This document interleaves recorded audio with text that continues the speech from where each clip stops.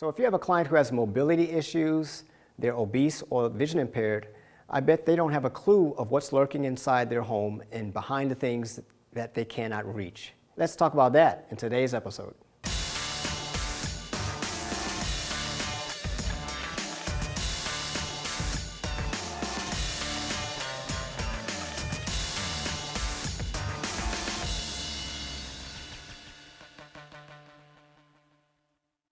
One of the segments of our population that I found have been somewhat overlooked when it comes to in-home cleaning are the demographics of the people who have mobility issues or vision impairment issues. People with mobility issues who may be having a walker or wheelchair or they're driving in a scooter are not going to be in a position to be able to reach certain areas in the home that will accumulate dust or accumulate germs and bacteria. So with that in mind, that's a whole category of people who at times need care, but because they are not able to do certain things, it creates a hazard that's ongoing in their space. One of the things I know for sure is that if a person is needing to get around in a scooter, they're also not going to be in any position to move furniture and clean behind furniture. They won't be able to clean windows and reach up high, clean curtains and things of that nature. All of these things will impact their health. Even though their issue may be mobility related, they have a tendency to have an environment that just has not and cannot be cleaned unless someone from outside actually comes into that space. I do have a story of a lady who was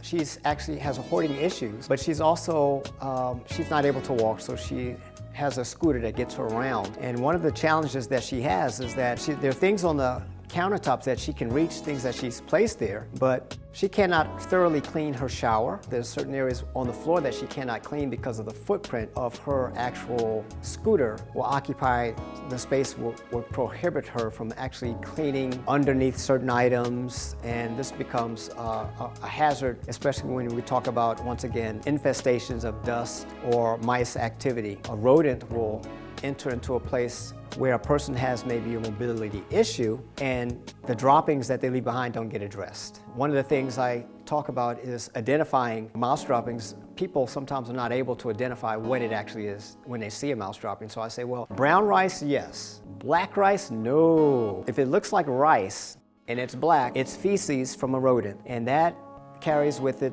its own type of bacteria, and disease can fester inside there as well as in the urine of the mouse. So if you're a person with a mobility issue, the likelihood that you are going to even be able to see the mouse droppings on a countertop are very slim to none. Some of the hazards that people have if they have pets and they have mobility issues, that is, if there is a mouse infestation in the house or mice have entered into the home and they defecate along the perimeters of the home, the cats can actually pick up the dust from the urine, which could carry the bacteria, and when they lick their pads, then now the mice are vectors for the disease. Cats can have their own type of bacteria that can make the environment unsafe for you, especially if you're pregnant, and there's something called C. diff. People are pretty much aware that this comes from the droppings from a cat, a litter box that may not be changed as frequently as it should. So when a person has issues with, for example, vision, same situation applies, that if there's a mouse infestation, they don't get to see the mice running around the house. If the mouse is dropping droppings behind the furniture, along the edges of the wall, if they're urinating up on the countertops, then what happens is this goes off the radar because they can't see it.